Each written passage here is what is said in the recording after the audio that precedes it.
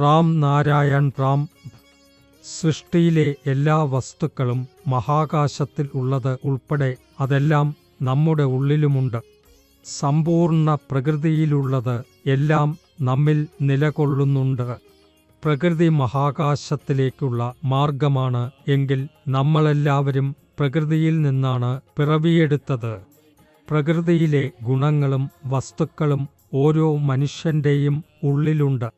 അതിനാലാണ് നമ്മളെല്ലാം മഹാകാശത്തിൻ്റെ ഭാഗങ്ങളാണ്. നമ്മൾ വ്യത്യസ്തമായി വിശ്വസിക്കുന്ന അല്ലാഹ്, ഈശ്വരൻ, ഭഗവാൻ തുടങ്ങിയവർ ഒരേ ആണെന്നും മഹാകാശം തന്നെ ആണെന്നും അറിയുക. മഹാകാശം നമ്മെ ഇവിടെ അയച്ച ഉദ്ദേശം നമ്മുടെ ഉള്ളിലുണ്ടത് നമ്മുടെ വിവേകം ആകുന്നു. മഹാകാശം ഒരു മഹാവിദ്യാലയമാണ്. അതിൽ വിജയിക്കാനും പൂർണ്ണ മാർക്കും നേടാനും അത്യന്തം ബുദ്ധിമുട്ടാണ്. ഇതുവരെ ആരും അതിൽ പൂർണ്ണ മാർക്കും നേടിയിട്ടില്ല. നമ്മൾ കേട്ടിട്ടുള്ള എല്ലാ ദൈവങ്ങളിലെയും മതങ്ങളിലെയും പേരുകളിൽ ഒരാളും ഈ ആകാശ പരീക്ഷയിൽ വിജയിച്ചിട്ടില്ല. ഈ പരീക്ഷയിൽ പൂർണ്ണ മാർക്കും നേടുന്നവർക്ക് ആകാശത്തിൻ്റെ ബിരുദം ലഭിക്കും. അവനാണ് ആകാശത്തിൽ ഭരിക്കുക, അവനാണ് മോക്ഷം നേടുക. നമ്മളോരോരാളുടെയും അന്തരാത്മയിൽ വിവേകം നിലകൊള്ളുന്നു. അതാണ് ജീവിതത്തിൽ നമ്മെ ശരിയായ ദിശയിൽ നയിക്കുന്നത്. അതിനെ ഞങ്ങൾ അനുസരിക്കാതിരിച്ചാൽ മോക്ഷം നേടാനാവില്ല. ഒരു മനുഷ്യൻ്റെ ശരീരത്തിനുള്ളിൽ 50,000 കോടി ആത്മാക്കളുണ്ട്. നമ്മൾ ദിവസവും 2-3 വട്ടം തൃപ്തിയോടെ ഭക്ഷണം കഴിക്കുന്നു. പക്ഷേ നമ്മൾ ശരീരത്തിനുള്ളിൽ ഉള്ള ആ 50,000 കോടി ആത്മാക്കൾ എന്താണ് ഭക്ഷിക്കുന്നത് എന്ന് നിങ്ങൾ എപ്പോഴെങ്കിലും ചിന്തിച്ചിട്ടുണ്ടോ? അവയ്ക്ക് ഭക്ഷണം ലഭിക്കാതിരിക്കുകയാണെങ്കിൽ അവ മുഴുവനായി അകത്തോട് അകത്ത് നശിച്ചുകൊണ്ടിരിക്കും. അവസാനമായി സംഭവിക്കുന്നത് എന്താണ്? ഈ ആത്മാക്കളുടെ ഊർജം മുഴുവനും അവസാനിക്കും. അതിനാൽ നാം ബുദ്ധിമുട്ടുകൾ അനുഭവപ്പെടുകയും മാനസിക ശക്തി കുറഞ്ഞു പോകുകയും ചെയ്യും. നമ്മുടെ ജന്മം തന്നെ വിഫലമാകുകയും ചെയ്യും. ഭൂമിയിൽ മനുഷ്യൻക്ക് ലഭിച്ചിരിക്കുന്ന എല്ലാം അന്തരീക്ഷം, ആകാശം, പ്രകൃതി എന്നിവയുടെ അനുഗ്രഹമാണ്. അവൻ്റെ സ്വന്തം ഒന്നുമില്ല. ഭൂമി നമ്മുടെ മാതാവാണ്. സൂര്യൻ നമ്മുടെ പിതാവാണ്. അവൻ നമ്മെ ഊർജവാന്മാരാക്കുന്നു. പ്രകൃതിയെന്ന വാത്സല്യമായ അമ്മ നമ്മെ സമ്പൂർണ്ണമായി അനുഗ്രഹിച്ചിരിക്കുന്നു.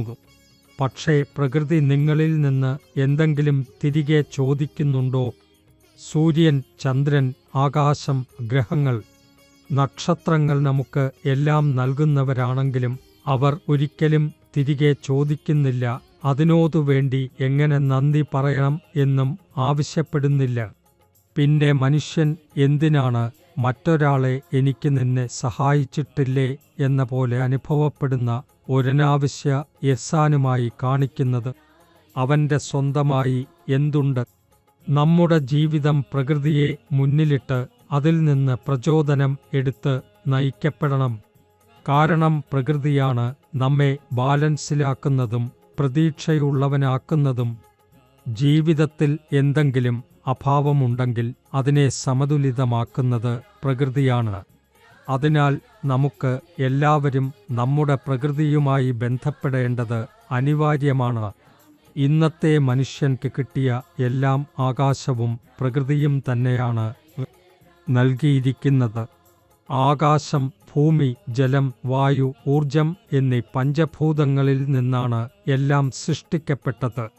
അവ ഇല്ലെങ്കിൽ മനുഷ്യന് ശ്വാസം എടുക്കാനോ ജീവിക്കാൻ കഴിയില്ല. എല്ലാവരും നിത്യം റാം നാരായൺ റാം എന്ന മന്ത്രം ജപിക്കണം. അത് നിങ്ങളുടെ ജീവിതത്തിൻ്റെ ഭാഗമാക്കി മാറ്റുക. നിങ്ങൾ ശ്വാസം എടുക്കുന്ന പോലെ അതുപോലെ റാം നാരായൺ റാം എന്ന നാമവും നിങ്ങളുടെ മനസ്സിൽ ഉറപ്പിച്ച് സൂക്ഷിക്കുക. കാരണം ഇത് ഒരു ബീജമന്ത്രം ആണെന്ന് അറിയുക. നിങ്ങളുടെ ജീവിതത്തിൽ ഗൗരവപ്പെട്ട മാറ്റങ്ങൾ കൊണ്ടുവരുന്നത്. ഇന്നുവരെ ലക്ഷങ്ങൾക്കണക്കിന് ആളുകൾ ഈ നാമത്തിൽ ആശ്രയിച്ച് അവരുടെ ജീവിതം മാറ്റിയിട്ടുണ്ട്. അവർ ജീവിതത്തിൻ്റെ യഥാർത്ഥ അർത്ഥം മനസ്സിലാക്കിയിട്ടുണ്ട്. അതിനാൽ നിങ്ങൾക്ക് സമയം വെനെവർ കിട്ടിയാൽ റാം നാരായൺ റാം എന്ന ജപം ചെയ്യുക.